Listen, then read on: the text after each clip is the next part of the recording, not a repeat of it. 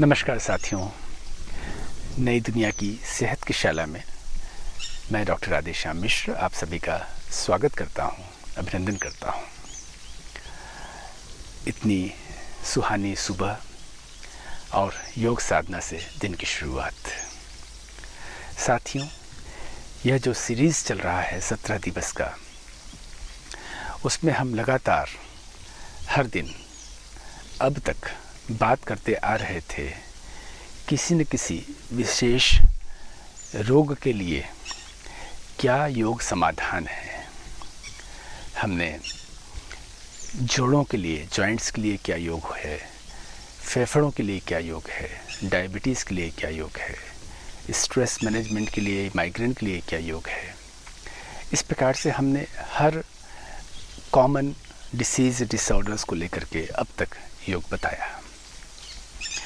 लेकिन अब हम चल रहे हैं धीरे धीरे बहुत करीब अंतर्राष्ट्रीय योग दिवस की ओर, जो कि कुछ 4 दिन में है।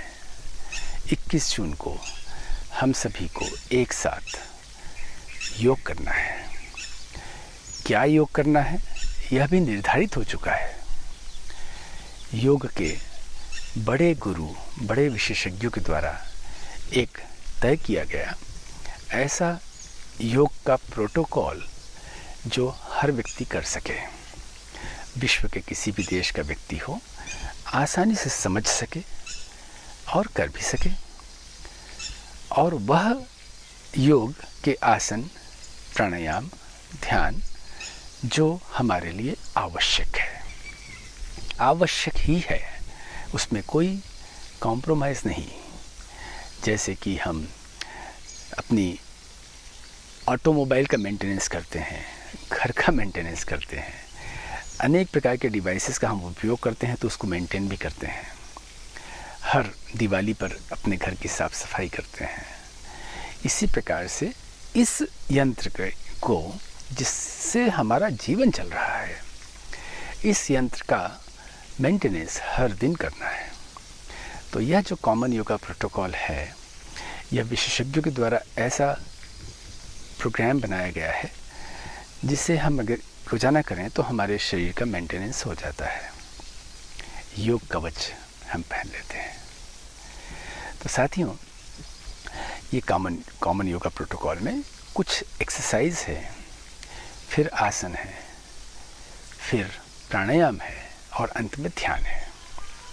आज हम एक साथ इसे करेंगे और इसे करते हुए हम सीखेंगे, इसके लाभ को जानेंगे, इसके विशेषताओं को जानेंगे और एक के बाद एक क्रम में करेंगे। आज भी करेंगे, कल भी करेंगे, परसों भी करेंगे और विश्व योग दिवस पर एक साथ करेंगे। आपको सीखना भी है और करना भी है। आप अपने मित्रों को, परिवारजनों को, सबको जोड़िए। विश्व में एक ऐसा रिकॉर्ड बने कि करोड़ों लोगों ने एक साथ योग किया। यही हम सभी का उद्देश्य है, यही नई दुनिया का उद्देश्य है, यही योग लाइफ ग्लोबल का उद्देश्य है, यही भारत सरकार का उद्देश्य है, सभी योग एसोसिएशन से जुड़े हुए संस्थाओं का उद्देश्य है। हम सभी मिलकर के योग करें और एक बड़ा रिकॉर्ड बनाएं। तो साथियों, हम शुरुआत करेंगे ओमकार से और उसके पश्चात एक श्लोक पढ़ेंगे और वह आपको मेरे साथ रिपीट करना है। चलिए शुरू करते हैं हम ओमकार का उच्चारण और कॉमन योगा प्रोटोकॉल। अपने मन को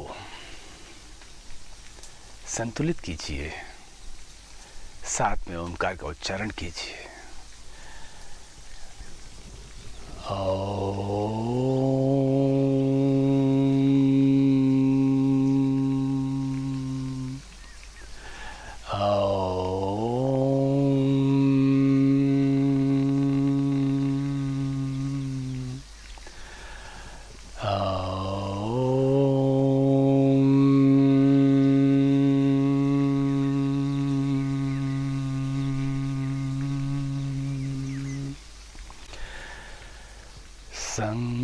गच्छध्वं संगदध्वं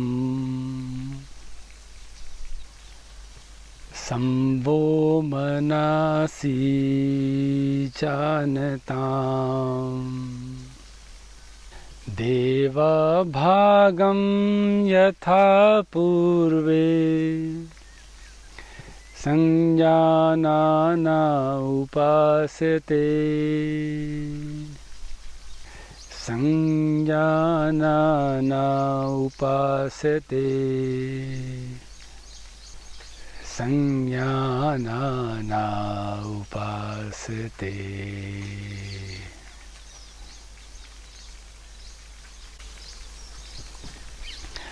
आइए अब हम लोग योग साधना का अभ्यास की शुरुआत सूक्ष्म व्यायाम से करते हैं, जिसमें रक्त की संचार बढ़ते हैं, गर्दन की क्रियाएं। सबसे पहले हमें गर्दन को आगे झुकाना है और पीछे ले जाना है। शरीर सीधा हो, पैरों को सीधा रखना है, शरीर एकदम सीधा हो। श्वास छोड़ते हुए श्वास लेते हुए सिर को पीछे ले जाएं। श्वास छोड़ते हुए आगे ले जाएं। श्वास लेते हुए पीछे लेकर के जाएं। अब गर्दन को दाएं और बाईं ओर झुकाना। तो हम श्वास छोड़ते हुए गर्दन को बाईं ओर खींचेंगे।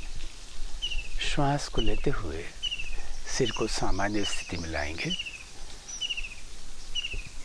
श्वास छोड़ते हुए दाहिनी ओर झुकाएंगे और बाईं ओर खिंचाव को महसूस करेंगे। श्वास लेते हुए सिर को वापस सामान्य स्थिति में लाएंगे। एक चक्र और करेंगे। श्वास लेते हुए एक तरफ लेके गए, जितना हो सके उतना झुकाया। श्वास लेते हुए वापस आए और फिर दूसरी तरफ गए, वापस आए। सिर को सामान्य स्थिति में रखना है। श्वास लेना है और श्वास छोड़ते हुए सिर को दाएं तरफ इतना घुमाना है कि आपकी चिन जो है वो कंधे के बराबरी में आ जाए। श्वास लेते हुए आना है, श्वास छोड़ते हुए जाना है। श्वास लिया, श्वास छोड़ा, श्वास छोड़ते हुए आए, फिर श्वास लेते हुए गए। बहुत सावधानी पूर्वक आराम से करना है। श्वास लेते हुए आना। अब हमें गर्दन को चारों तरफ घुमाना है। यदि सर्वाइकल स्पॉन्डिलाइटिस है तो हमें ध्यानपूर्वक करना है, कम ले जाना है। सबसे पहले आगे झुकाना है। अब श्वास लेते हुए सिर को हम घुमाएंगे चारों तरफ।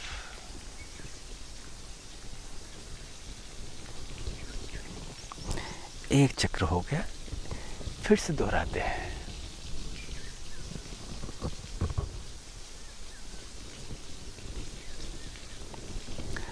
अब विपरीत दिशा में घुमाएंगे। श्वास लेते हुए ले जाना है और छोड़ते हुए आना है। एक बार और दोहराना है। बहुत आराम से कीजिए, सीखते जाइए कॉमन योगा प्रोटोकॉल के ये सभी व्यायाम। और साथियों, हर व्यायाम को बहुत सावधानी से करना है। जरा भी जल्दबाजी नहीं करना है। प्रत्येक व्यायाम को ध्यानपूर्वक सीखिए और ध्यानपूर्वक कीजिए। स्कंद संचालन, अपने कंधे और भुजाओं का संचालन।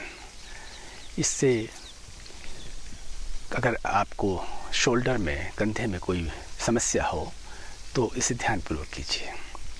समस्थिति से इसकी शुरुआत करना है। हाथ की उंगलियां मिली हो और ज़मीन की दिशा में हो। श्वास लेते हुए हम बगल से दोनों भुजाओं को सिर के ऊपर उठाएंगे, हथेलियां बाहर की दिशा में हो। श्वास छोड़ते हुए हाथों को नीचे ले आए। यह एक चक्र हुआ। एक और बार दोहराते हैं। श्वास लेते हुए गए, श्वास छोड़ते हुए आ गए। अब कंध चक्र व्यायाम करेंगे। सीधे खड़े होना है। श्वास लेते हुए दोनों भुजाओं को कंधे की सीध में उठाना है और हाथ सीधे करके कोहनी से मोड़ना है। दोनों हाथों को कंधे पर रखना है। कोहनी को वक्षस्थल के सामने स्पर्श कराने की कोशिश करना है। फिर दोनों कोहनी और कंधों को चक्राकार घुमाना है। ये एक चक्र हुआ। अब दूसरी बार दोहरा रहे हैं।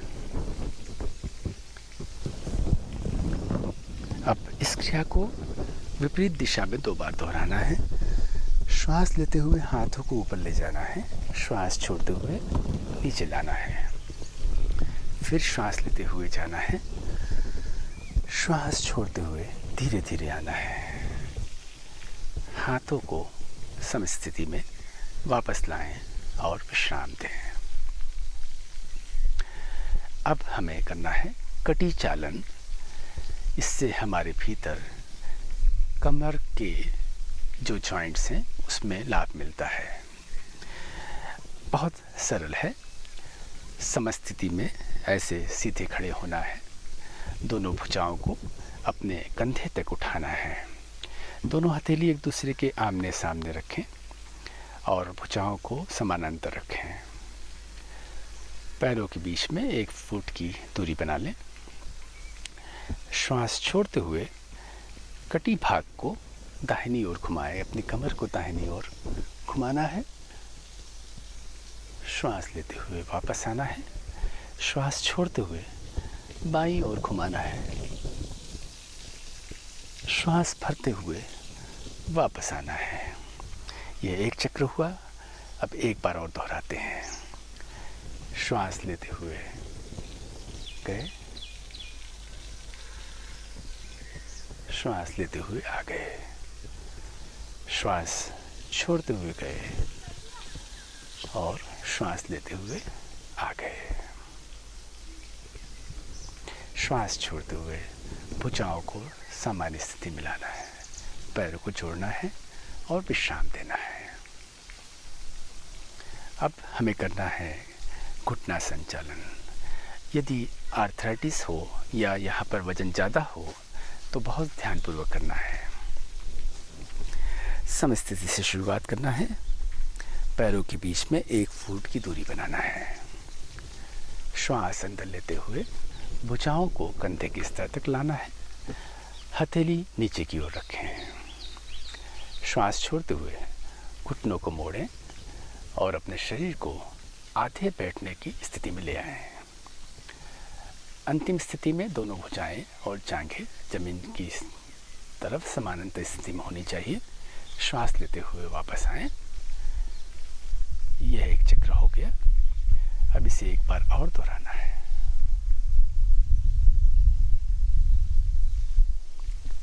श्वास छोड़ते हुए धीरे धीरे भुजाओं को वापस लाएं और पैरों को जोड़ लें। विश्राम दें। अब हमें करना है योगासन। हमें अब पारंपरिक आसनों को करना है। खड़े होकर के किए जाने वाले आसन में हम सबसे पहले शुरुआत करेंगे ताड़ासन से। ताड़ के वृक्ष के समान हम अपने शरीर को खींचेंगे।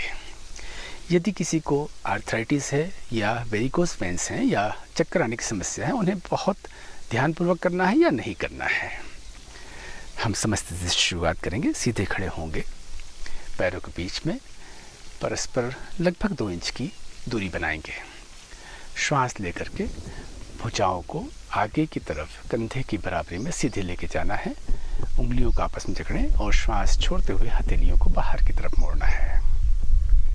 अब श्वास भरते हुए भुजाओं को सिर के ऊपर ले जाना है, एड़ियों को ज़मीन से ऊपर उठाना है और पंजों पर खड़े होकर के संतुलन बनाना है। इस स्थिति में पूरी अवेयरनेस के साथ में हम स्थिति को ऐसे बना करके रखेंगे। धीरे धीरे एड़ियों को नीचे ले आएंगे और वापस हाथ को नीचे लाएंगे। अंदर ला करके हम आराम देंगे। वृक्षासन। वृक्ष का अर्थ है पेड़, और यदि बहुत मोटापा हो, चक्कर आने की समस्या हो, आर्थराइटिस हो, तो यह नहीं करना है। समस्थिति से शुरुआत करना है। आँखों के सामने किसी एक बिंदु पर ध्यान केंद्रित करना है। श्वास छोड़ते हुए दाएं पैर को मोड़कर उसके पंजों को बाएं पैर के अंदरूनी जांघ पर रखना है। एड़ी मूलाधार केंद्र पर मुड़ी हुई होनी चाहिए। श्वास लेते हुए हाथ को दोनों बाजू से ऊपर लेकर के जाएं और इस स्थिति को हम 3 सेकंड से 10 सेकंड तक स्थिति बना करके रखें। श्वास छोड़ते हुए वापस आ जाएं। दाएं पैर को नीचे ले आएं, प्रारंभिक अवस्था में आ जाएं। अब हमें इस आसन का अभ्यास बाएं पैर की ओर भी करना है। श्वास छोड़ते हुए बाएं पैर को उठाया और इसके पंजे को दाहिनी पैर के अंदरूनी जांघ पर रखना है। एड़ी मूलाधार केंद्र में मुड़ी होना चाहिए, स्पर्श करते हुए होना चाहिए। और अब हाथ को साइड से ऐसे ऊपर ले जाना है नमस्कार मुद्रा में। और इस स्थिति में हमें 3 से 10 श्वास तक रुकना है। निर्भर करता है कि आपकी क्षमता कैसी है, उसके अनुसार करें। अब बाएं पैर को नीचे ले आए, प्रारंभिक अवस्था में आ जाना है। अगला आसन है पाद हस्तासन। पाद का अर्थ है पैर, हस्त का अर्थ है हाथ। तो हमें हाथ को पैर से मिलाना है। शारीरिक समस्याएं हों तो ध्यान दें, खुद देखें कर सकते हैं या नहीं कर सकते हैं। पैर ऐसे मिलाते हैं और धीरे धीरे श्वास लेते हुए हाथों को ऐसे सामने उठाते हैं और शरीर को कमर से ऊपर की ओर खींचें। श्वास छोड़ते हुए आगे की ओर तब तक झुकें जब तक हथेली जमीन को स्पर्श न करे।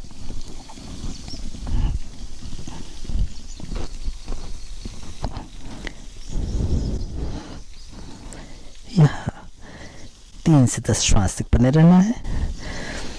अब श्वास लेते हुए धीरे धीरे वापस आना है और भुजाओं को सिर के ऊपर खींचें।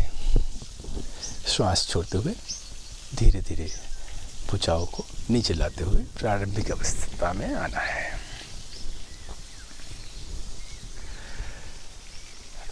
अगला आसन है अर्ध चक्रासन।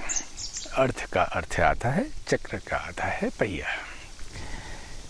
इसमें हम यहाँ कमर पर हाथ रखते हैं और यदि कोई हृदय की समस्या हो या कमर की कोई समस्या हो तो इसे नहीं करना है। पैरों के बीच में 2 इंच की दूरी बनाना है और दोनों हाथ की उंगलियों को देखिए कैसे यहाँ अंगूठा रखा है और उंगलियाँ सामने हैं। कोहनी को परस्पर समानांतर रखना है। कंधों को पीछे झुकाएं, गर्दन को झुकाएं। श्वास छोड़ते हुए रीढ़ के निचले हिस्से को मोड़ें। यहाँ पर 3 से 10 श्वास तक बने रहना है और फिर धीरे से सीधे खड़े होकर के विश्राम करें। अब अगला है त्रिकोणासन। त्रिकोण का त्रिकोण आसन, त्रिकोण का अर्थ है त्रिभुज, त्रिभुज बनाना है शरीर से। अगर समस्या हो कुछ कमर में तो इसे नहीं करना है। पैरों के बीच में 3 फीट की दूरी बनाना है और श्वास लेते हुए दोनों हाथों को कंधे की सीध तक उठाना है और हथेली को ऐसे बाहर की ओर रखना है। अब हमें पैर को ऐसे मोड़ लेना है और धीरे धीरे शरीर को नीचे ले जाना है और ऊपर देखना है।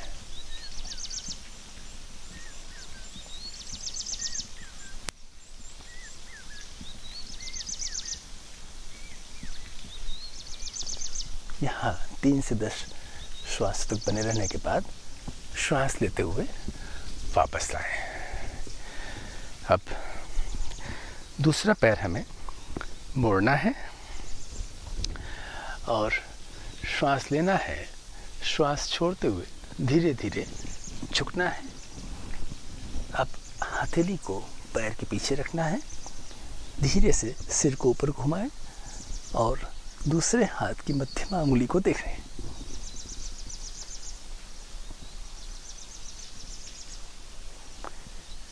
यहाँ सजगतापूर्वक 3 से 10 श्वास तक बने रहना है। श्वास लेते हुए धीरे धीरे वापस आना है। पैर को सीधा करना है और श्वास छोड़ें, हाथ को नीचे ले आए और पैर को मिला लें। प्रारंभिक स्थिति में लौट आएं, विश्राम करें। अब बैठ करके किए जाने वाले आसन के लिए तैयार हो जाएं। नीचे बैठना है। अब हमें करना है पहला आसन भद्रासन। अगर हमें साइटिका हो या कमर की कोई समस्या हो तो इसे न करें।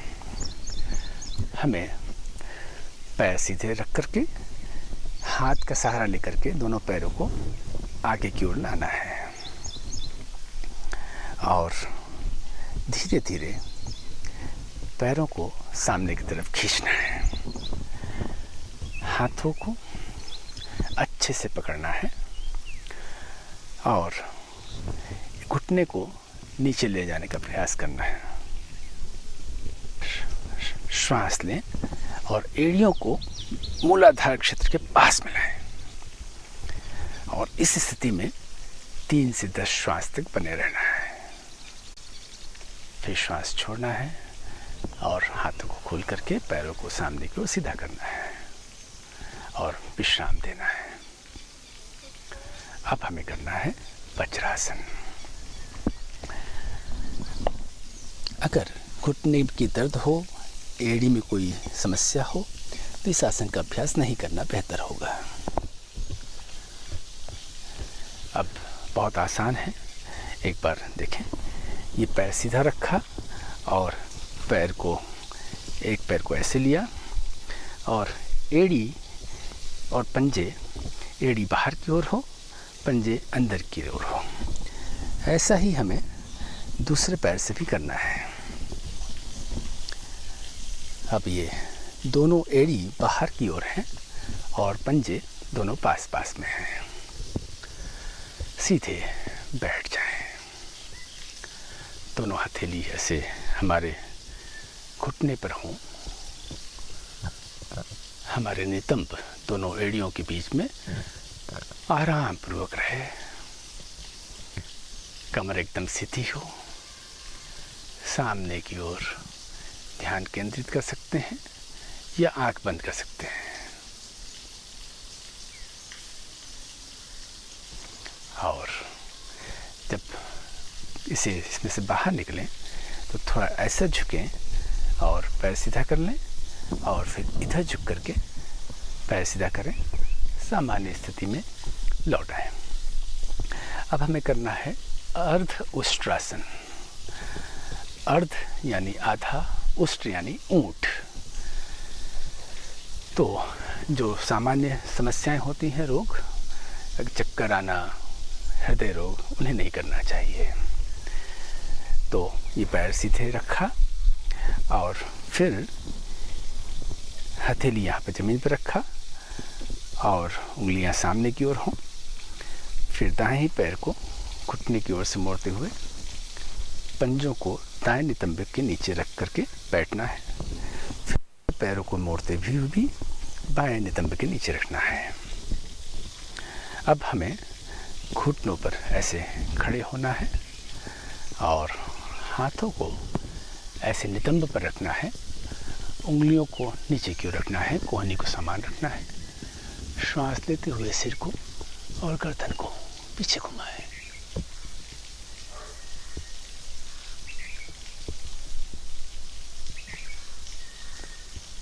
यहाँ बहुत अवेयरनेस रखना है, सजगता रखना है। 3 से 10 श्वास तक यहाँ ऐसे रुकना है। श्वास छोड़ते हुए घुटने के बल बैठ जाएं और प्रारंभिक स्थिति में वापस आ जाएं और थोड़ा विश्राम दें। अब हमें उष्ट्रासन करना है। पहले हमने अर्ध उष्ट्रासन किया, अब पूर्ण उष्ट्रासन करना है। इसमें ध्यान रखें, यदि हर्निया का कोई रोगी हो तो उन्हें नहीं करना चाहिए।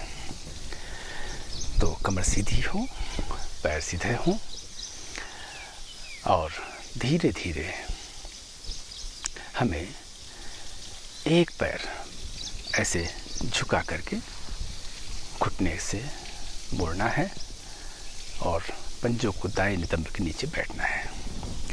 अब थोड़ा इधर झुकना है और बाएं पैर को भी मोड़ना है और घुटने पर खड़े हो जाएं। घुटने और पंजों में थोड़ी सी दूरी रख लें, 1-2 इंच की, और श्वास लें। दाहिने हथेली को दाहिने एड़ी पर और बाएं हथेली को बाएं एड़ी पर रखें। श्वास छोड़ें।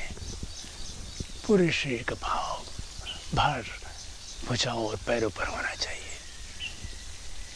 पूरी सजगता के साथ 3 से 10 श्वास तक बने रहें।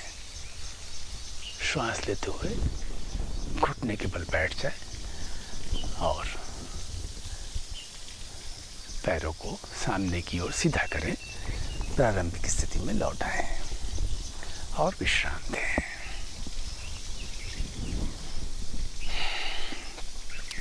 आगे झुकने के लिए हम एक आसन करेंगे, शशांक आसन। खरगोश को देख करके योगियों ने इस आसन को बनाया था। अगर कोई समस्या हो तो हमें इसको नहीं करना है। तो शुरुआत करते हैं, पैर को ऐसे आगे रख करके शुरुआत करेंगे और फिर धीरे से दाएं पैर को घुटने से मोड़ना है और पंजे को दाएं नितंब के नीचे रख के बैठना है। इसी प्रकार बाएं पैर को भी मोड़ना है और बाएं नितंब के नीचे रख लिया। दोनों घुटनों को फैलाएं। पैर के अंगूठे एक दूसरे से मिले हुए हों और श्वास छोड़ते हुए धड़ को आगे ले जाएं और चिन को जमीन से स्पर्श कराएं। इस स्थिति में शारीरिक सजगता के साथ 3 से 10 श्वास तक बने रहें।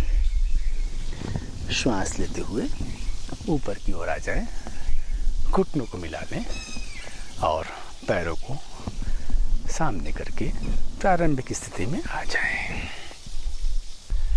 उत्तान मंडूकासन अगला आसन होगा। हमें अगर ऑस्टियोआर्थराइटिस है तो उन्हें घुटने के बल नहीं बैठना है और यहाँ से शुरुआत करना है विश्राम अवस्था से। कमर सीधी रखते हुए पैरों को बिल्कुल मिला के बैठना है। फिर हथेली को जमीन पर रख लिया, उंगलियां सामने की ओर स्थित हो। अब दाएं पैर को ऐसे घुटने से मोड़ना है और पंजों को दाएं नितंब के नीचे दबा के बैठना है। इसी प्रकार बाएं पैर को भी मोड़ लें और बाएं नितंब के नीचे रख लें। हथेलियों को दोनों घुटने के बीच में रख लिया और घुटने को फैला लिया। दोनों दूर दूर हों। दोनों हाथों को सिर के ऊपर ले जाएं, कोने से मोड़ते हुए। अब हमें दाहिनी हथेली को बाएं कंधे पर और बाईं हथेली को दाएं कंधे पर रखें। इस स्थिति में पूरी सजगता के साथ 3 से 10 श्वास तक बने रहना है। अब श्वास लें और हाथों को ऊपर उठाएं। श्वास छोड़ें, हाथों को नीचे ले आए और घुटनों को मिलाएं। पैरों को सामने की ओर सीधा कर लें और प्रारंभिक स्थिति में आ जाएं। पूरा विश्राम दें। अब हमें करना है वक्रासन। वक्रासन का अर्थ है घुमावदार। अब हमें यह ध्यान रखना है कि यदि रीढ़ की हड्डी के कोई विकार हो, रोग हो, तो इसे नहीं करना है। शुरुआत करते हैं विश्राम अवस्था से। कमर सीधी हो, पैर ऐसे आगे की ओर मिला के बैठना है। दाहिने पैर को मोड़ते हुए और दाएं पंजे को बाएं घुटने के साथ रखना है। अब बाएं हाथ को दाहिने घुटने के इस पर लाते हुए बैठना है और हथेली को पीछे रख करके सिर को पीछे की ओर घुमाएं। यहाँ 3 से 10 सेकंड तक रुकने के बाद श्वास छोड़ते हुए वापस आएं। फिर बाएं पैर को मोड़ लें और हाथ को ऐसे पकड़ लें और ऐसे शरीर को मोड़ना है। पूरा शरीर वक्र हो जाता है। यहाँ 3 से 10 सेकंड रुकने के बाद श्वास लेते हुए वापस आना है। विश्राम दें।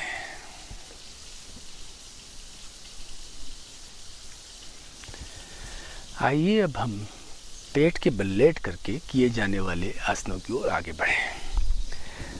मकर आसन हमारा पहला आसन होगा, जो विश्राम के लिए होता है। शरीर को विश्राम देने के लिए यह आसन योगियों ने बनाया है।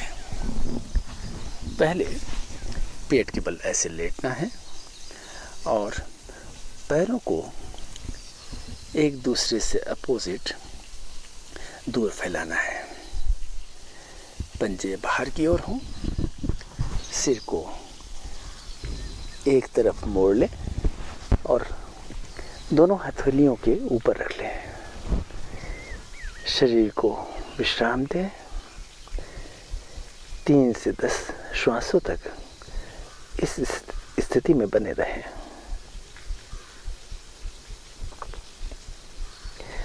अब भुजंगासन करना है। भुजंग का अर्थ है सांप या कोबरा। अगर किसी को हर्निया या अल्सर हो तो यह आसन नहीं करना चाहिए। मकर आसन में से हम बाहर आ जाएं, दोनों पैरों को मिला लें, हथेली को छाती के पास रखें, कोहनी को शरीर से लगा लें। श्वास लेते हुए सिर और धड़ को नाभि के ऊपर उठाएं, कोहनी को समानांतर रखें और 3 से 10 श्वास तक इस स्थिति में बने रहें। श्वास छोड़ते हुए नीचे आए।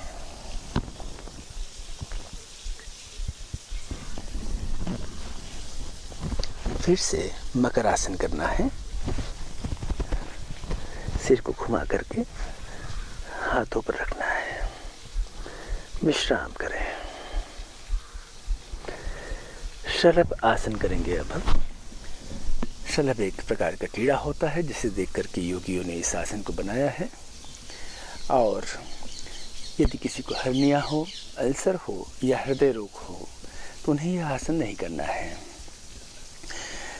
दोनों हाथ शरीर के बगल में रखना है और दोनों पैरों को पास पास में लाना है और श्वास लेना है, छोड़ते हुए पैर को ऊपर उठाना है और धीरे धीरे नीचे आना है।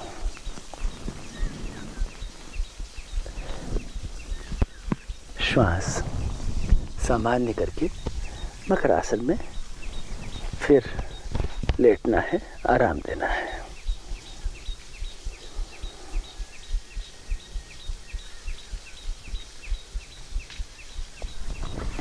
अब हमें पीठ के बल लेट करके किए जाने वाले आसन करना है। पहला आसन सेतुबंध आसन है।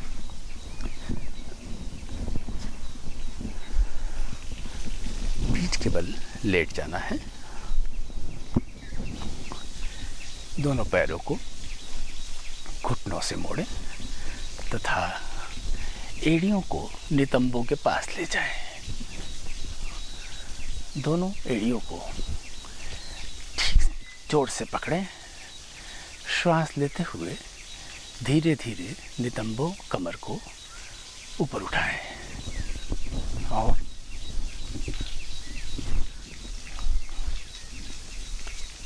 इस स्थिति में 3 से 10 श्वास तक बने रहें। धीरे धीरे नितंबों को नीचे लाएं और पैरों को सीधा करें।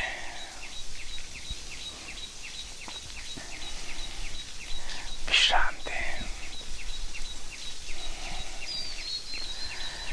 अगला आसन होगा उत्तान पादासन। उत्तान का अर्थ है ऊपर उठा हुआ, पाद का मतलब पैर। यदि कोई कमर में समस्या हो तो इस आसन को एक समय में एक पैर के साथ करें। दोनों हाथ को शरीर के बगल में रखें, हथेली जमीन की ओर हो। श्वास लें और घुटने को मोड़े बिना दोनों पैरों को तब तक उठाएं जब तक पंजे के सिरे दिखने न लग जाए। 3 से 10 श्वास तक बने रहना है। श्वास छोड़ें और धीरे धीरे दोनों पैरों को नीचे लाएं और जमीन पर रखें। विश्राम दें। अब हमें करना है अर्ध हलासन। अर्ध का मतलब है आधा और हल हमारे पहले के ज़माने के किसान हल का उपयोग करते थे खेती करने के लिए।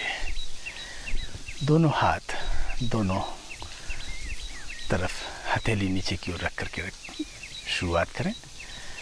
अब धीरे धीरे पैरों को ऊपर उठाएं, जमीन से 90 डिग्री की कोण की स्थिति में ले आएं। नितंब से कंधे तक और पैर तक शरीर सीधा हो। इस स्थिति में 3 से 10 श्वास तक बने रहना है। फिर श्वास छोड़ते हुए बिना सिर उठाए दोनों पैरों को नीचे ले आइए। विश्राम करें। अब करना है पवन मुक्तासन। पवन का अर्थ है वायु, मुक्त यानी मुक्त करना, फ्री करना। अब कमर की कोई समस्या हो, साइटिका हो, स्लिप डिस्क हो तो उन्हें यह नहीं करना है। पीठ के बल लेटने के बाद पैरों को मोड़ें और दोनों पैरों को ऐसे ऊपर लाएं, घुटनों को छाती के निकट लाएं, हाथ की उंगलियों को ऐसे दबाएं और श्वास छोड़ते हुए सिर और कंधे उठाना है और सिर को घुटने से मिलाना है।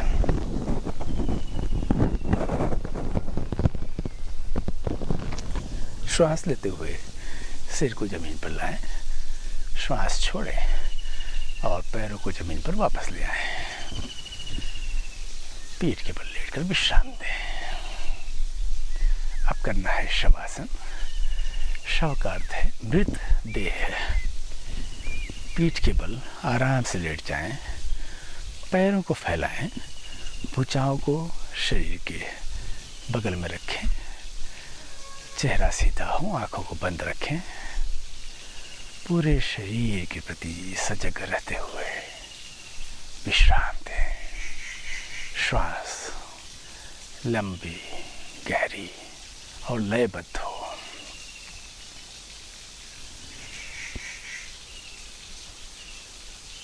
इस अवस्था में तब तक रहें जब तक कि पूरी तरह शरीर शिथिल ना हो जाए। वापस आएं और सीधे बैठ जाएं। अब हम करेंगे कपालभाति। शरीर में कोई विकार होने पर इसे नहीं करना चाहिए। किसी भी आरामदायक स्थिति में बैठ जाएं, आंखें बंद करें, पूरे शरीर को शिथिल करें।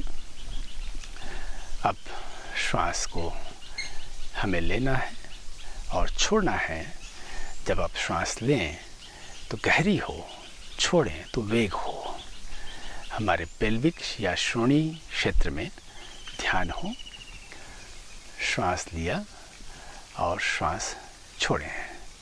20 आवृत्तियों के साथ हम आरंभ करते हैं।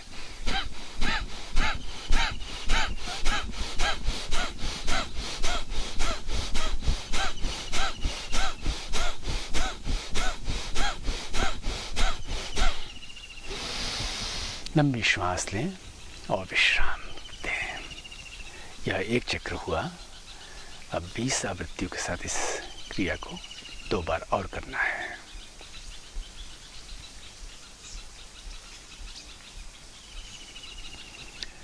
अब हम प्राणायाम करेंगे। नाड़ी शोधन प्राणायाम या अनुलोम विलोम प्राणायाम। किसी भी आरामदायक स्थिति में बैठ जाएं, सुखासन, वज्रासन, पद्मासन आदि में, और श्वास गहरी और नियंत्रित होनी चाहिए। मेरुदंड और सिर को सीधा रखें और आंखें बंद रखें। गहरी श्वास के साथ शरीर और मन को आराम की स्थिति में लाएं। बाएं हथेली को बाएं घुटने पर ज्ञान मुद्रा में रखें और हमारे दाहिने हाथ की उंगलियों को इस प्रकार से 3 उंगली अंदर और इस दोनों अंगुष्ठ और कंष्ठिका को साथ में रखें। अब हमें श्वास लेना है और दोनों नाक बंद करना है। दाहिनी तरफ से फिर श्वास छोड़ना है। दाहिनी नासिका से श्वास लेना है। अंगूठे से दाहिनी नासिका को बंद करें, दाहिनी ओर से छोड़ें। ये नाड़ी शोधन प्राणायाम का एक चक्र हुआ। ऐसे 4 चक्र हमें करना है। अब अगला प्राणायाम है शीतली प्राणायाम। शीतली प्राणायाम, अगर साइनसाइटिस, टॉन्सिलाइटिस हैं तो यह प्राणायाम हमें नहीं करना चाहिए। किसी भी स्थिति में, आरामदायक स्थिति में बैठना है। अपने हाथों को हमें ज्ञान मुद्रा में बैठना है। जिह्वा को बीच में मोड़ करके ट्यूब जैसी आकृति बनाना है और श्वास लेना है जिह्वा के बीच में से।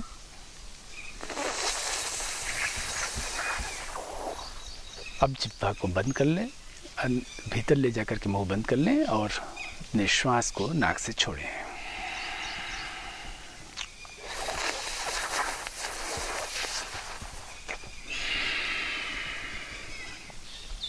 इसे भी 4 बार दोहराना है।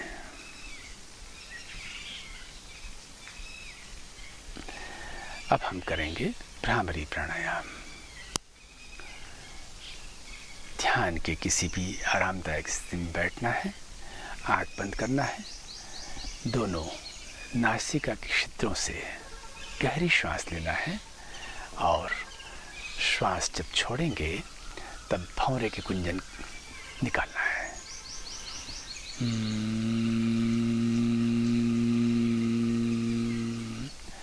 ऐसा 2 बार करना है। अब भ्रामरी प्राणायाम का अभ्यास षणमुखी मुद्रा के साथ करना है, जिसमें हम ऐसे उंगलियों को रख लेते हैं, श्वास लेते हैं,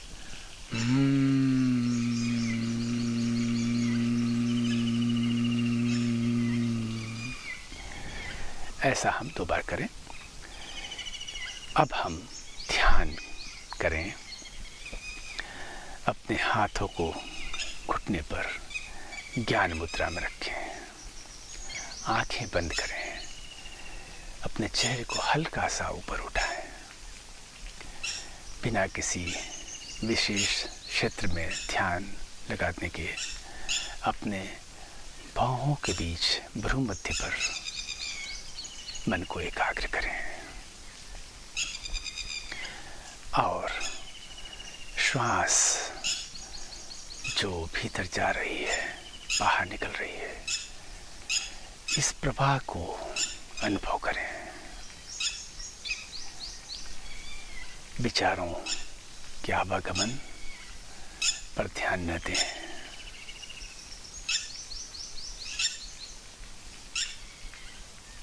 मन शांत हो और शांत हो और शांत हो।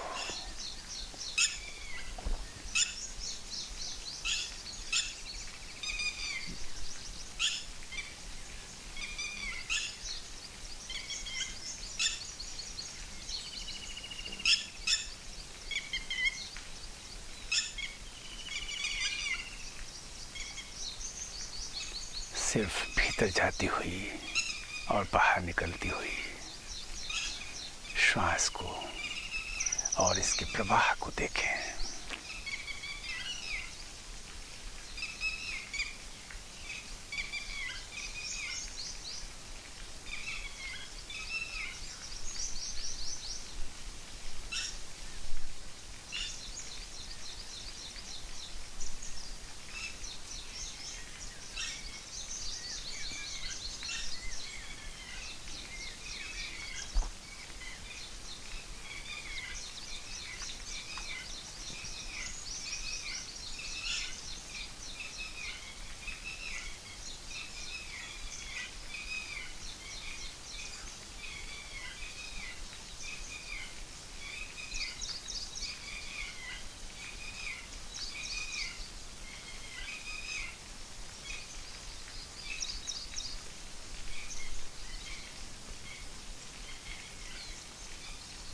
आइए अब हम संकल्प लेते हैं।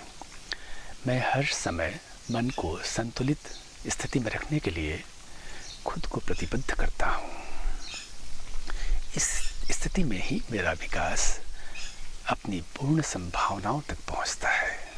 मैं स्वयं के साथ परिवार, कार्यस्थल, समाज और संसार के प्रति शांति, स्वास्थ्य और सामंजस्य के संवर्धन हेतु अपना कर्तव्य निभाने के लिए प्रतिबद्ध हूँ।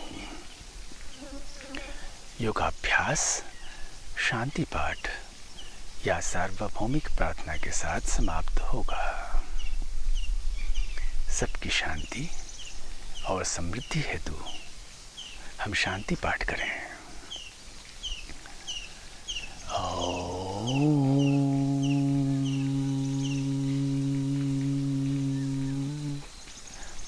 सर्वे भवन्तु सुखिनः, सर्वे सन्तु निरामयाः, सर्वे भद्राणि पश्यन्तु मा कश्चित् भाग भवेत्, मा कश्चित् दुःख भाग भवेत्।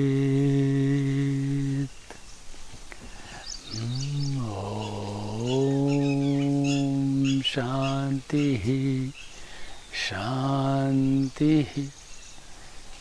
शांति।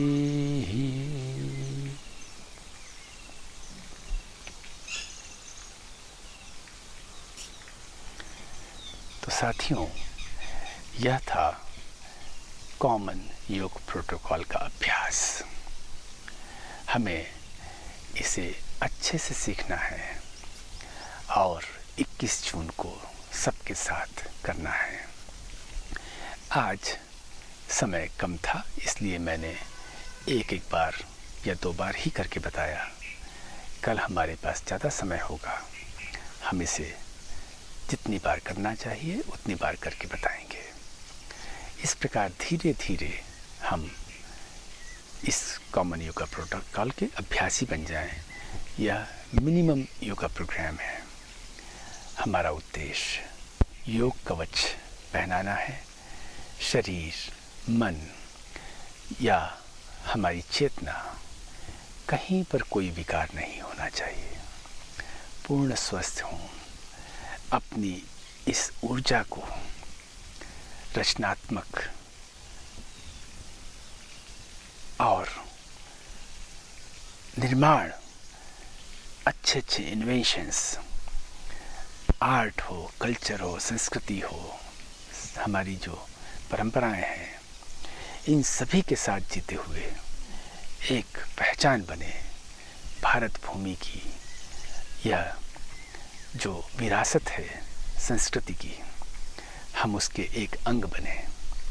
हम पाश्चात्य संस्कृति की ओर न जाएं, बल्कि हमारी अपनी संस्कृति की जड़ों में जाएं। अपने आप को उस संस्कृति के उदाहरण बनाएं जो आदिकाल से सर्वोच्च संस्कृति मानी जाती रही है। पूरी दुनिया इस संस्कृति की ओर टकटकी लगाकर देखता है। ये इतने उत्तम मनुष्य की स्थिति कैसे है, और वे पूरी दुनिया से इस संस्कृति को जानने के लिए, सीखने के लिए हमारे भारतवर्ष में आते हैं। वाराणसी में, ऋषिकेश में, उज्जैनी में या तमाम तीर्थ नगरियों में भटकते हैं इसे पाने के लिए, और हमारे पास है लेकिन हम उसे महत्व नहीं देते हैं। साथियों, योग को महत्व दें, हमारी संस्कृति को महत्व दें, इस सनातन धर्म को महत्व दें, और देखिए आपके भीतर से ही ऐसी शुद्ध ऊर्जा उत्पन्न होगी जो उस परमात्मा की ऊर्जा के साथ समाहित हो जाएगी और आपके और उनके बीच में एकाकार हो जाएगा। आप सभी इस सेहत की शाला से जुड़े रहे, इसके लिए आभार, और उम्मीद करता हूँ कि अंतिम दिन तक जुड़े रहेंगे और नया कुछ सीखेंगे, जानेंगे, समझेंगे। आज के लिए इतना ही।